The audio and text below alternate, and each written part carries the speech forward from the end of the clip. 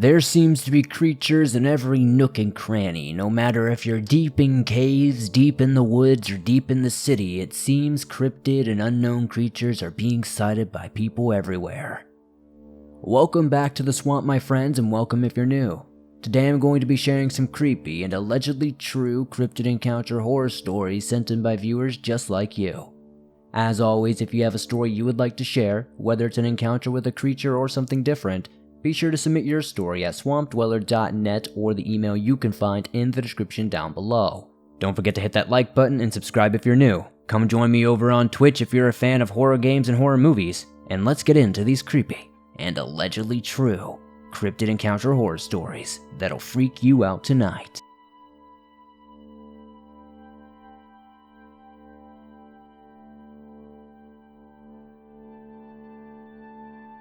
Hi. My name is Jackson. I want to tell you about the story of when a skinwalker entered my house. Now, I'm taking a risk by telling you guys and Swamp Dweller this story. But because this story was a near-death type of story, it's worth the risk to raise awareness of the Navajo skinwalker. We do our best not to talk about these creatures as they focus on people who speak of them in public. But in this case, I must. It was March 1st, 2022. I remember the date because of the text I sent to my mom later in the story. I was going on a walk with 3 or 4 younger kids that were not very important to the story, but this other kid was slightly older than me, my friend and my sister. I'll call my friend Ken. At first, we stayed grouped up with the younger kids and our parents, but we started to get ahead of them. Ken and I began to talk about not very important stuff until I and Ken began to talk about the supernatural. If you wake up randomly at around 2 or 3 a.m., your brain is trying to tell you that you're being watched and weird stuff like that. Soon enough, skinwalkers became the topic. He starts talking about this video of a skinwalker in this guy's house. At the time, we did not know that you should not talk about them. After some time, Ken went home. Keep in mind we live in the same town, so it's within walking distance. The rest of the day goes by as usual until bedtime. Something starts to feel off. I go to sleep anyway, ignoring this feeling. But I wake up and the sun is still not up yet, and I check my phone. It's 2 a.m. Then, suddenly, I start hearing sounds coming from across the house. Remember, I didn't know much about skinwalkers at all at this time, so I thought it was something else entirely. In hindsight, now knowing not to talk about them just makes it even more scarier. But then, after a while, I swear I heard my mom and dad getting mimicked. I did not want to believe it. I did not want to think it was a skinwalker. I hated the thought of tonight being my last night on Earth. But then, the mimicking of the voices stopped. My memory gets vague even though it's such a new memory. But being around a month old now as I'm writing this, I don't remember the time that it left. I think it must have been around 4 a.m. I was too fixated on the door and too scared to look at the clock. The last thing I remember besides sitting in my bed until my parents woke up is this wolf-like howling sound that I heard outside after the noises stopped. I sat there, and when the sun started to rise, I went to sleep only for a few minutes before my mom woke me up. She acted like nothing had happened. I went about my day as usual. It was a weekend, so my dad was home. He needed help with some canned food the whole time. I just felt like I was being watched by something. I just couldn't explain it. I haven't heard from Ken ever since then, and the skinwalker could be mimicking him as well and torturing him. Who knows? All I know is that I hope it doesn't come back, and if you share this in your story, and if you share this in an episode, thank you so much, Swamp Dweller. I think it needs to be spread to help people understand that we need to keep these legends contained.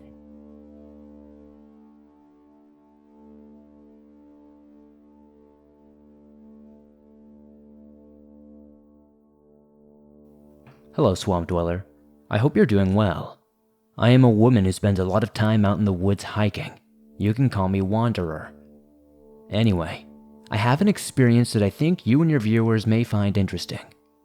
I live in Southern California and have been playing a sort of game with an odd creature in the local woods here. But I suppose I should explain a little bit first. Hiking and exploring is something I have done for years. It's something I really enjoy. But growing up, my grandfather had always told me there were rules to do so safely. Tell people or someone the general area you'll be in and for how long. Always have a backpack of things in case things go wrong. food, water, medical supplies, and something to keep you warm.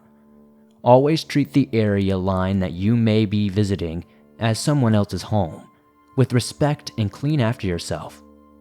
I've always followed those basic rules and even added a few of my own as I got older, which has turned into a sort of a silly habit. I knock before I walk in and bring little extra things, almost like a small gift for the woods when I go. I bring some fruit or small nature-themed gift I make while I'm there. It was when I started doing those things that I noticed there was something in the woods watching me. It started sort of small at first, when I would notice that the birds would get silent and would leave and there would be no sound anywhere for a few moments. It would be unnerving, and I'd decide that it was time to leave that area. But things would eventually return to normal, noise and everything. Eventually, a branch across the trail that wasn't there before caught my attention. Odd footprints that didn't belong to any animal I'd recognized started to show up, and too many weird things that I could even count started happening in such a short time.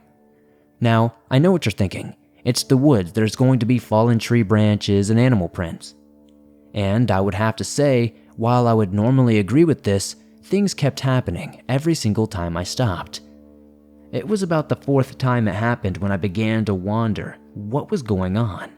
It was still dead silent. Not a single animal could be heard, and I hadn't seen a single sign of life in hours. I stared at the branch laying across the trail ahead of me and looked at the animal prints all over.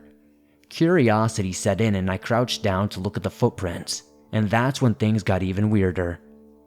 It's a set of footprints that go from large paws to hooves back to paws and then human bare feet. They didn't overlap, but consistently they seemed to stay in a single file like it was walking forward. I was chalking this up to a bad joke or not wanting to automatically think it was something unexplainable.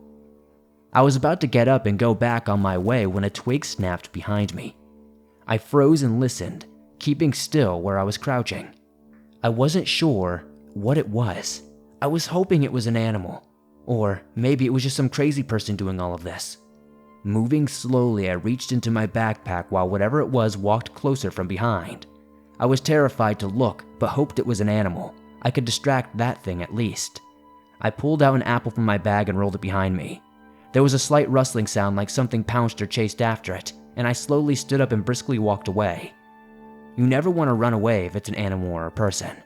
Whatever it was followed me for a bit on the trail, and it absolutely terrified me. It never moved faster, just keeping pace with me before suddenly it seemed to wander off. It was then that I took a deep exhale, not realizing I had been holding my breath the entire time. Shaking, I turned, finally feeling brave enough to see that I could glimpse whatever it was. There was nothing in any direction I looked.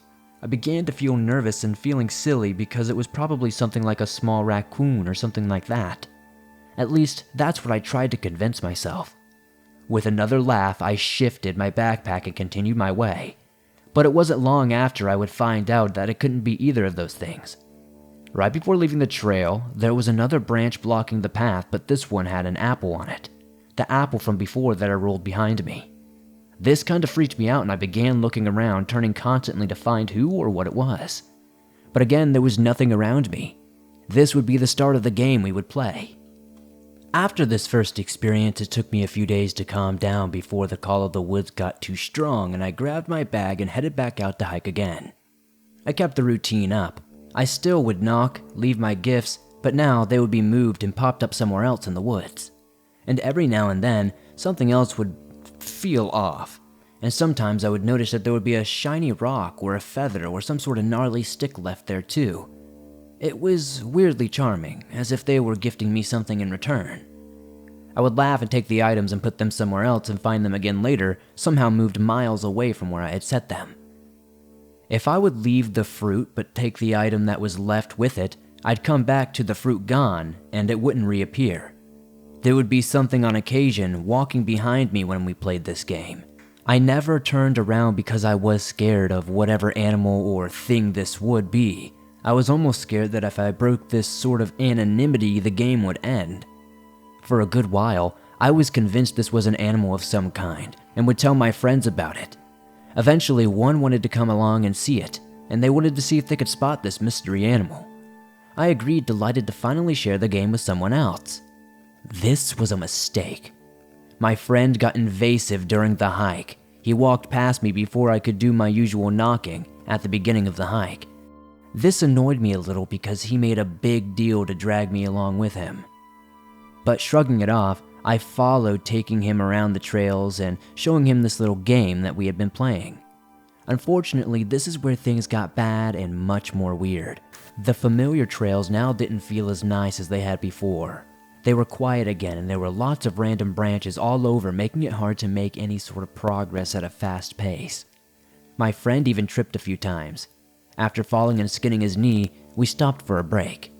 I went to get some bandages out of my backpack and saw the wood round necklace I made for the game this time. Sighing because I didn't think I'd get to play it today, I hung the necklace up on a low branch and went to help my friend. He looked at the necklace and asked why I set it out so soon.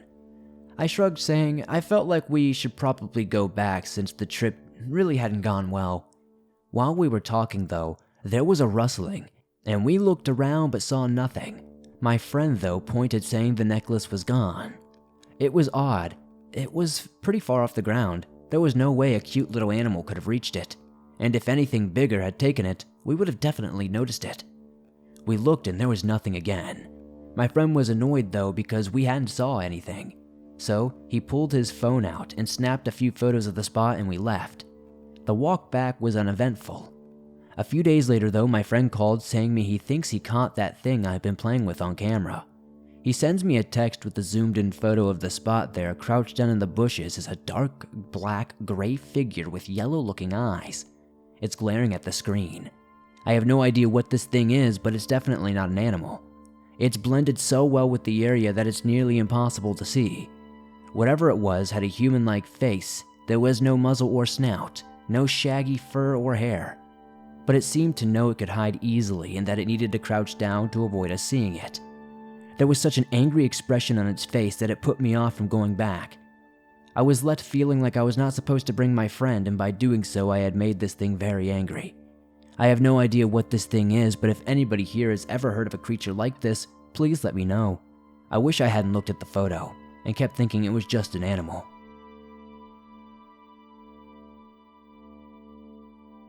This podcast is sponsored by ShipStation.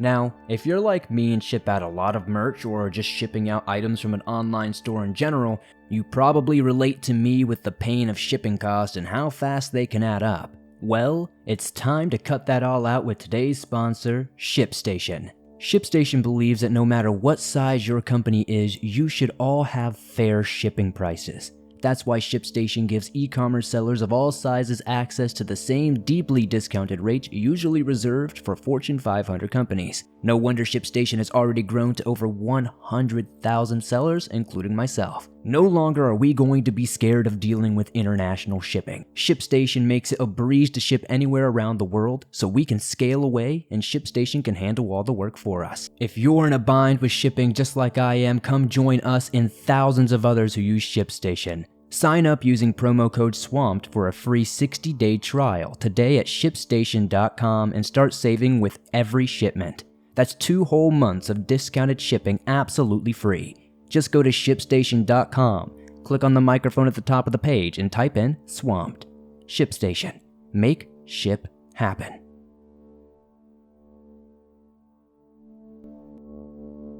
I recently started listening to cryptid stories and stuff like this podcast while doing a project, and slowly it formed in my mind that I may have had a similar experience.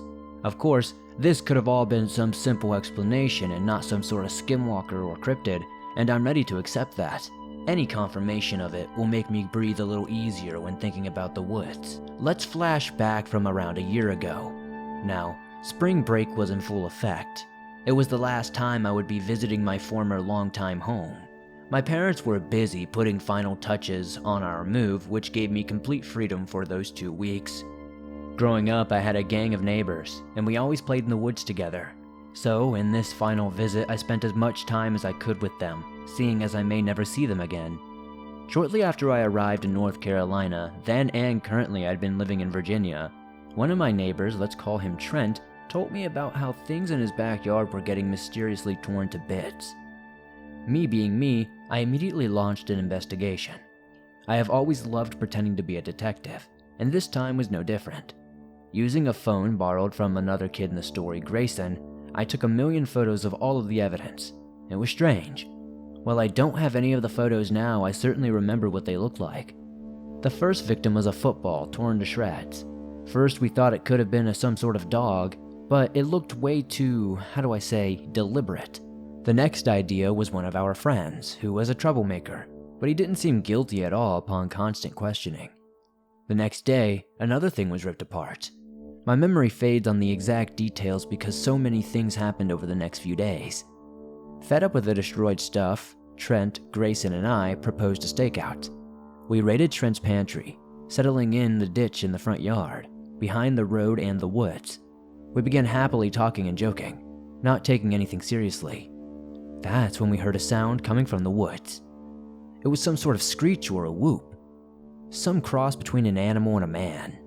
We didn't think much of it though. Slightly disturbed and confused, I got Grayson to start recording a video on his phone. And naturally, we immediately went back to joking and laughing. What great spies we are. And in the middle of the conversation, we heard a sound again. We caught it on video even. It sounded just like before, but closer and louder, and closer to a man's voice this time. And I swear to God, I started to notice some sort of deformed, pale face in the woods. Screaming, we ran to Trent's porch. We began yelling at the camera about what we saw. Such geniuses, we remained outside. It only took a few more minutes before we heard another cry come out from the woods, and we ran inside. I got a glance at what was across the road. It was like a man, but it was hunched over, deformed. I only got a quick look at it, and then I dashed inside. Our first thought that it was a homeless or crazy man living in the woods and screwing stuff up. So we started filming a video for the police to explain what happened. We never did finish. We never talk about it, and we never really film it. And seriously, I don't know why. We immediately went back to playing around for the rest of the night, and when my mom eventually came for me, the guy was gone. Sure, I was on edge, but it seemed normal at the time. I never thought much of it. And I thought, maybe we solved the mystery of what was finally happening to the stuff in the backyard. Unfortunately, that definitely wasn't the end of it. I kept in touch with Grayson, and a lot of stuff got messed up again. Unfortunately, a lot of the evidence is gone because nobody thought to keep it. Trent eventually stopped updating me on it. It wasn't near any major cities, yet not precisely the countryside. So, it was weird. It could have been some sort of crazy homeless man. But how deformed it was and the way it moved, I just think it might have been some sort of weird creature. I don't know.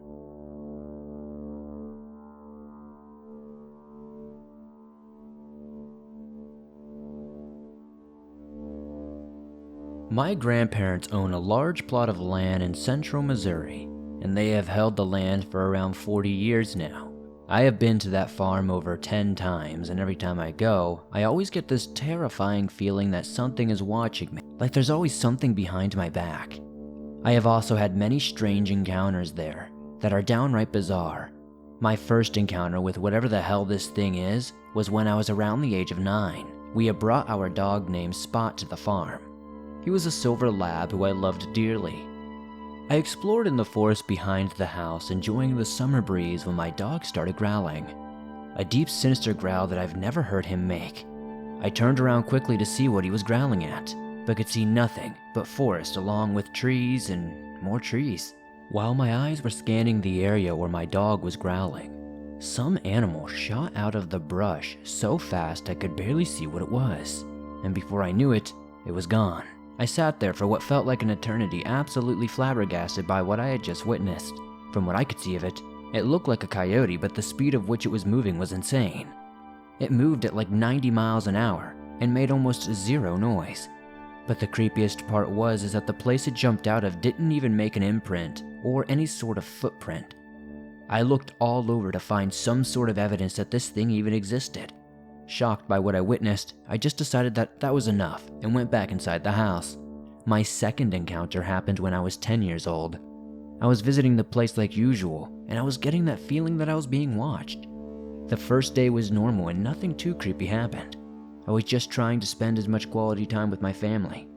But when night came, that's when things started happening. I was trying to sleep in a twin bed that was shared by my mom's brother, when he used to live there. When I heard tapping, not tiny little taps but loud taps, almost like banging, coming from the direction of the window. I slowly sat up and looked up at the window, but there was nothing that I could see, so I assumed it was just some sort of animal. 5 minutes passed and the tapping had stopped, and I was drifting off to sleep when boom! This is not a tap, but a slam. A loud slam directly into the window. I'm not talking like a hit. It sounded as if something massive hit the window with all of its force. I shot up so quickly that I nearly passed out. I decided enough was enough and grabbed a flashlight in the drawer and shined it out the window. There was nothing. 10 seconds passed and there was still nothing.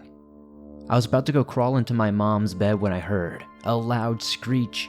A screech that was not achievable by any human. So loud it pierced the quiet, peaceful summer night. I cannot put into words what it sounded like. It was dark and horrible, but I still remember it to this day. I froze, unable to move muscles. I was so scared. I was sitting there still as a statue, petrified by what I heard. That's when my instincts kicked in and they told me to run into my mom's room, which I did. For some reason, I didn't wake her up. I just cuddled up next to her and didn't sleep the entire night.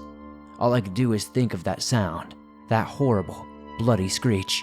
My next encounter was when I was at the age of 13, so 3 years later. I was back at my grandparents' just enjoying the time like I usually do, and my grandparents suggested that we go deer watching. I agreed because I had been doing this for as long as I could remember, and I had never had an issue or creepy experience while doing so. It was relaxing and extremely fun. At around 6 or 7 p.m., we decided to go in the most eastern pasture because that's usually where we spotted the most deer. 30 minutes passed and we had seen a few deer, but not as much as we usually do. But then, this is where the real scary stuff begins. I get that feeling again, that dreadful feeling that something is there watching us in the shadows. But this time it's a lot more intense than it ever has been before. Like it's right up behind me, but when I look it's never there. But this time it appears that my grandpa feels the same presence as me too. Just to let all of you know, my grandpa is a very laid-back individual, always joking and having a laugh. The only time I've ever seen him very serious is when my great-uncle died a couple of years ago. So when I start feeling that I'm being watched, my grandpa goes from a happy and laid-back guy with an expression of joy to a very serious and alert expression. He gripped the wheel so tight his knuckles turned white and was constantly looking around to make sure something was not following us. He then made a massive U-turn out of nowhere and started heading back to the house. I asked him what he was doing, and he replied, "We're heading back to the house." The tone of his voice was cold, like he had witnessed someone being murdered. At this point, he was gripping the wheel even harder and was absolutely going pedal to the metal full speed back to the house. I decided not to ask any questions until we got back to the house, which we did in no time at all. Once we were there, he rushed me into the house, constantly checking his back to make sure nothing was there. When we were inside, he closed and locked the door tight. His behavior was very alarming, and it really shocked me to my core. I decided that all the stuff I had witnessed was enough and only asked him one question. What the hell is going on here? When I said that, he looked at me and gave me a cold expression and said, "I have some things I need to explain to you." We then sat down for 30 minutes, and he explained that whatever this thing was living on his property and has been here since the day he moved in, and he and my mother experienced the same thing. He explained that he has seen whatever this thing is countless times, and it does not like new visitors, hence why I was experiencing all of these problems. He told me about all of these things that he had witnessed and experienced, and they seemed to have been pretty much what was happening to me. He then told me that he knew what was going to happen to me, and we were always watching to make sure I never got hurt because he knew this creature better than anyone else. We talked about this for some time. It was now late, and he decided that I couldn't sleep alone, so he slept with me and my mom. We luckily left the next morning, and I have not been back since. This encounter, it really wasn't an encounter, really shook me up though. And my grandparents have now put their farm up for sale and are looking to move. This is a very scary time for everybody, because recently we had a horse that we found 3 10-inch gashes down in their side. Something was clawing at it, trying to get it through the fence. Also around the same time, my grandparents adopted a dog and named it Panda. Panda was a Jack Russell Terrier who was the age of 5. A couple of days later, he was found dead with deep puncture wounds into his body and his neck slashed up. They ruled it out as a bobcat or a lion, but I also think otherwise. I don't know what the hell this thing is, but something tells me that it's no good.